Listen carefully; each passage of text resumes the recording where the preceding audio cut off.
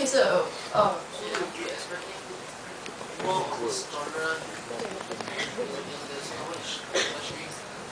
Okay, when we decided to do this, one of the big things, I really wanted to do it because I did feel that if I didn't do this kind of movie, it might not be about Changi, but a documentary style, someone else would do it. That's inevitable.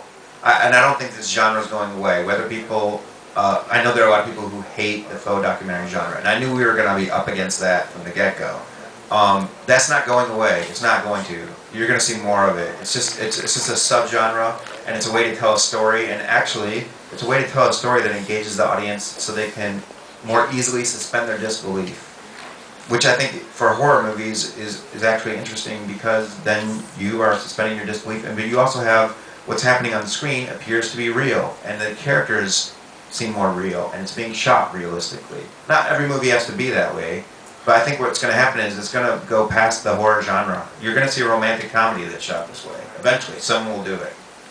And if they don't, then maybe I'll do it. But someone else will do it, though. It will be a relationship movie. And there's camcorders, there's cell phones, there's computers. People are recording themselves all the time. You could piece together a story from all those, all that footage. And so you could easily tell a romantic comedy that way. It is very difficult to tell the story that way. It's much easier for me to shoot Sheena like this and have an out of focus, monster or ghost come up from behind her and have the music queuing it up and all that. That would have been great. It would have been easy. It would have been easy to have a shot inside of old CH where we see a ghost, not just flit across the screen, but something that's like moving up or coming up to the floor or whatever. But because it's documentary, it has to be real, which is why I chose to gamble and keep the slow pace in the beginning. Yeah. I'd like to go back to like pre-production and like what sort of research did you do and how did you find all your cast members? Or how did you guys find Tony? Tony found you. Okay, so the timeline is basically November, almost exactly a year ago, this date, November 3rd, I think. I came back to America and I decided I was going to shoot this documentary about Changi. So I started scripting it super fast because I knew we didn't have much time. And pre-production wise, it was basically just researching, and a lot of SPI stuff actually was the, some of the good research, because those guys have been there a million times, and they capture footage, and they write about it, and they do even the history. It was actually hard to find a really deep history on Changi, and we did talk to some doctors and nurses. They wouldn't go on camera though. They did have some old photos, they had stories to tell, but it didn't really fit with this, so it was okay. So that's how I did some of the research, just mainly on the web a lot. And the folklore and what people talk about. Everybody knows about it, so they have stories about it. As far as the cast, I did a documentary before, The Month of Hungry Ghosts. With this one, it was going to require actors, and actors that were real, not, forgive me, but MediaCore, type stuff. Not that there's anything against that. It's a certain kind of style, and that's not reality, right? It's a little over the top. So I had to find. I thought it was going to be very difficult. I didn't even know if it was possible, because all I see for Singapore is, mainly like Jack Neo and MediaCore. Nothing against that, but that's not going to work for trying to have reality. So what I did was go on AADB, Asian Actors Database, and I went on and I looked for photos and experience, because if you're going to get a good actor, they're going to have experience with things. They need to have skills, not just being an actor, because they're going to tap into real life to be good at what they're doing. So I found these guys, actually, all of them. I picked them out before I ever met them, based off their resume online. But then I went ahead and I still posted an ad, because I'm thinking if they respond to the ad, that's even a bonus, because I've already picked them out. But if they respond, that's good. That means they're proactive. But other people also responded. We really only interviewed, auditioned 10 or 12 people. That was it. And when we were doing the audition, the first initial audition, we didn't know we were shooting the film. I just wanted to do it to see if it would even be possible if we were going to shoot the film. Then what happened is we found out that Changi was going to be closing up. It was going to be cleaning up, and we have 3 days to start shooting. So I called them up and said, okay, we're shooting in 3 days. You guys are in. Let's do it. So it's basically Asian Actors Database, AADB was the way that I casted them. Speaking about reality, as a typical filmmaker, you prepare yourself for the worst. So in a typical movie, you prepare yourself for rain and actors and food and stuff like that. But in this film, you're going into like undecided grounds. You don't know what's going to happen. Yeah. So in that sense, how did you prepare for it? And also, like, what was your worst case scenario happening in your head?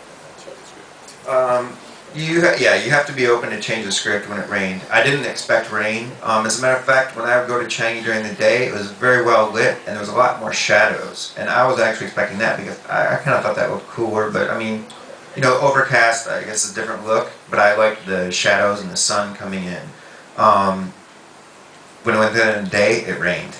So we kind of shot around. You have to change your shooting schedule a little bit. It's like, well, if we're going to shoot this scene in the rain, then that means this scene and this scene have to be in the rain. Then again, Singaporeans, you guys know, it can rain like right now, and you know, 30 seconds later, it's done. So that was okay, but yeah, you just have to shoot what you can when, you know, it's that condition that you want, and shoot every scene like that. One risk is shooting, like, say, at night.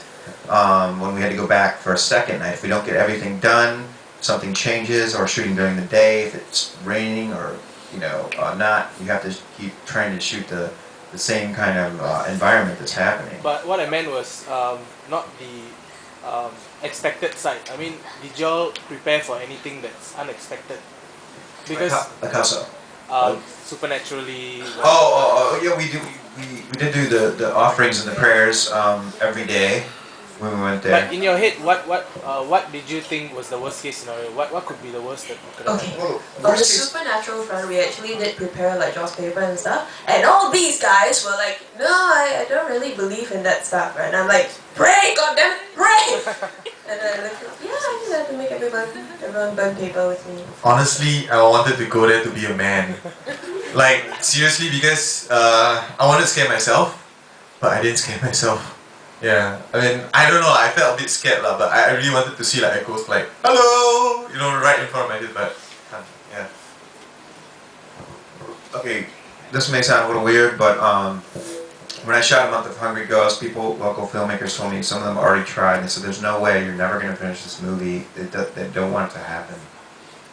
When I shot Hungry Ghosts, I did not feel that way at all. When I came here and I was filming, it seemed like we were led to shoot the next scene. It was like we were being led. When we filmed something, some event, someone in that event would tell us about another event, and we'd go there. And everybody was open. They let me come in. They let me shoot.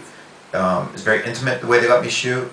And I had no sense that there was going to be anything that was going to stop me. I actually felt like we were being led to do it, to capture it. That if the spirits wanted us to do it. So then when I go to Changi, you know, I'm thinking, why am I doing this? Why do I capture these old buildings? Why do I capture this stuff that no longer exists after a while? And when I was there, it hit me. It's not like a voice, but it's just like a feeling. I was there by myself. I remember this vividly. They want me to capture it. It's never going to be like this. And I didn't know what that meant at the time, and now I do. If ghost spirits are attached to things, there were documents in OCH, there's the furniture, there's the doors, they're attached to those things. Those things are no longer there. So we captured it before it was gone. So I never had the sense that something was going to stop us. I always had the sense that actually they wanted us to do it. So it's safe to say you didn't feel threatened at any point during the... I did not feel threatened, no. Not at all. I definitely feel like we're being led to do it. There's a reason why I'm attracted to it. There's a reason why I'm obsessed over it and capturing it and going back and comfortable going back by myself. Well, it's out Chen, okay. Secret side.